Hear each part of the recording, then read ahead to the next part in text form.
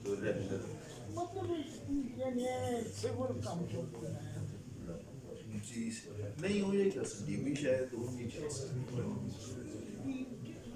माने ये सब चलो हाँ जिसको जा सकते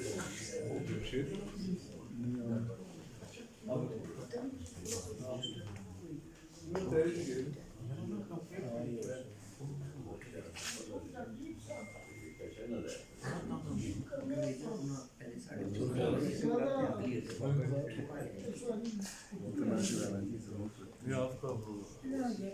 आप समोसा को ठीक हो गया उस तरह की कोशिश बड़ी कर रहे हैं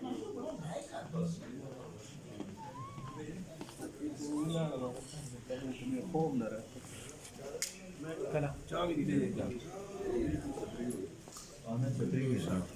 छतरी और मैं बाहर घरों बाहर हूँ